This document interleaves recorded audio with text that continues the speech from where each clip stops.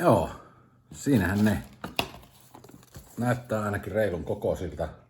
Varmaan ovat ihan sopivat. Hope so.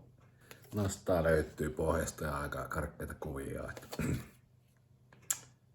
Tulihan se joulu viidepojallekin. Mitenköhän nämä ei ole tällä perinteisellä nauhasysteemillä, vaan tällä ihme hommelilla. Ei ole mulla itse asiassa ollut ennen tämmöisellä.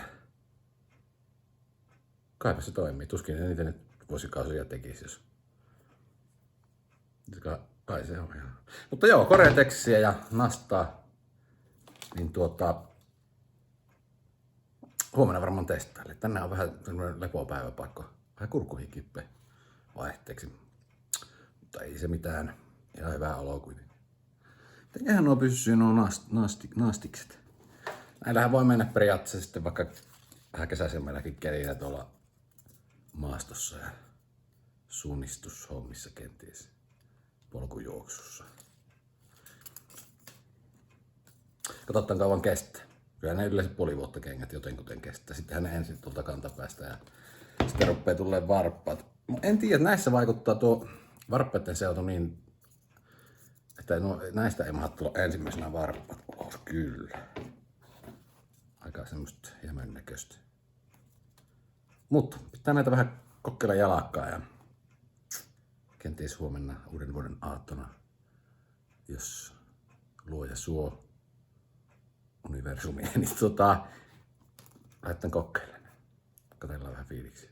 Pito pitäisi olla hyvä.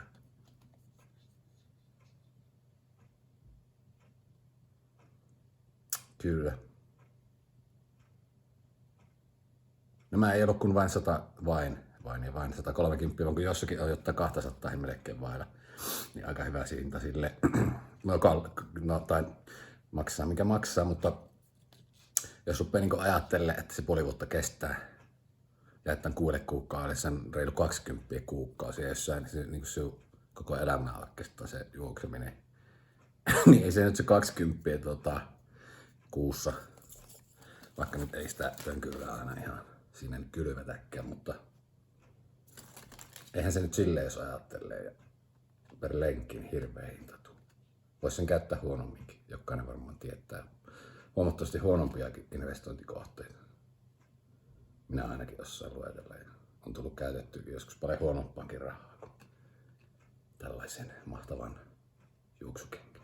No niin, mutta katsellaan.